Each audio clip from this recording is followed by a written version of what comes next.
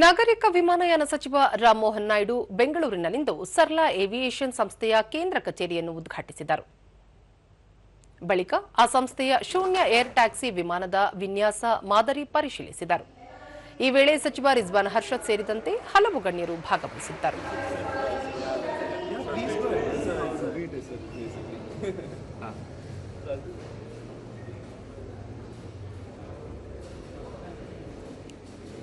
And everything is very easy.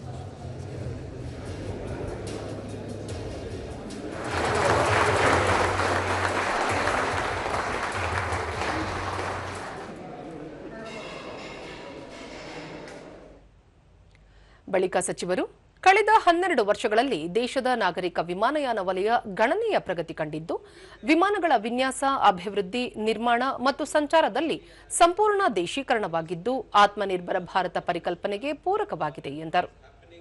ವಿಮಾನಯಾನ ಸೇರಿದಂತೆ ವಿವಿಧ ವಲಯಗಳಲ್ಲಿ ಮುಂದಿನ ತಲೆಮಾರಿನ ತಂತ್ರಜ್ಞಾನ ವಿನ್ಯಾಸ ಮತ್ತು ಅಭಿವೃದ್ಧಿಯಲ್ಲಿ ಭಾರತ ಅತ್ಯಂತ ಸಮರ್ಥವಾಗಿದ್ದು ಜಾಗತಿಕ ಶ್ಲಾಘನೆ ದೊರೆತಿದೆ. ನಾಗರಿಕ ವಿಮಾನಯಾನ ಉದ್ಯಮದಲ್ಲಿ ಸ್ಪರ್ಧಾತ್ಮಕ ಭಾಗಿದಾರರಿಗೆ ಉತ್ತೇಜನ ನೀಡಲು ಸಚಿವಾಲಯ ಕಟಿಬದ್ಧವಾಗಿದ್ದು ಹಲವು ಪ್ರೋತ್ಸಾಹದಾಯಕ ಕ್ರಮಗಳನ್ನು ಜಾರಿಗೊಳಿಸುತ್ತಿದೆ ಎಂದು ತಿಳಿಸಿದರು. ಪ್ರಧಾನಿ ನರೇಂದ್ರ ಮೋದಿ ಅವರ ಸಮರ್ಥ ನಾಯಕತ್ವದ ಅಡಿಯಲ್ಲಿ ಎಲ್ಲ ವಲಯಗಳಲ್ಲಿ ಅಭಿವೃದ್ಧಿಯಾಗುತ್ತಿದ್ದು, ಕೆಲವು ದಶಕಗಳ ಹಿಂದೆ ಕೇವಲ ಉಪಭೋಗಿ ರಾಷ್ಟ್ರವಾಗಿದ್ದ ಭಾರತ ಇಂದು ಪ್ರಮುಖ ರಫ್ತುದಾರ ರಾಷ್ಟ್ರವಾಗಿ ಹೊರಹೊಮ್ಮಿದೆ.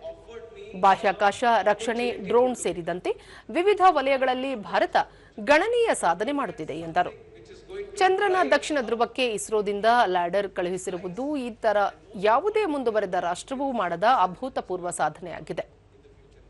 400ಕ್ಕೂ ಹೆಚ್ಚು ವಿದೇಶಿ ಉಪಗ್ರಹಗಳ ಉಡಾವಣೆ, 100ಕ್ಕೂ ಹೆಚ್ಚು ದೇಶಗಳಿಗೆ ರಕ್ಷಣಾ ಪರಿಕರ, ಶಸ್ತ್ರಾಸ್ತ್ರ ರಫ್ತು, ವಿದೇಶಗಳಲ್ಲೂ ಯುಪಿಐ ಹಣ ಪಾವತಿ ವೇದಿಕೆ ಬಳಕೆ ಮುಂತಾದವುಗಳು ದೇಶದ ತಂತ್ರಜ್ಞಾನ ಸಾಮರ್ಥ್ಯದ ಕೆಲವು ಉದಾಹರಣೆಗಳಾಗಿವೆ ಎಂದು ವಿವರಿಸಿದರು. So what made me more clueless was having this Indian startup named Sarla. Everything was going fine. We were talking into it, and I couldn't resist myself. So 10 minutes into the discussion, I'd look at Adrian and say, "What are you doing here?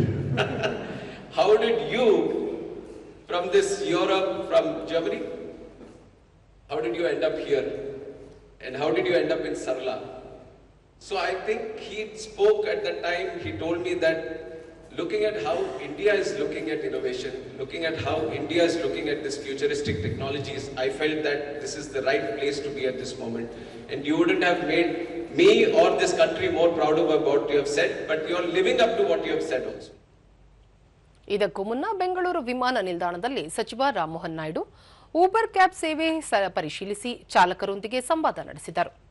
ದೇಶದ ಎಲ್ಲ ವಿಮಾನ ನಿಲ್ದಾಣಗಳಲ್ಲಿ ಪ್ರಯಾಣಿಕರಿಗೆ ಉತ್ತಮ ಸೇವೆ ಒದಗಿಸಲು ಅಗತ್ಯ ಕ್ರಮ ಕೈಗೊಳ್ಳಲಾಗುತ್ತಿದೆ ಎಂದು ತಿಳಿಸಿದರು.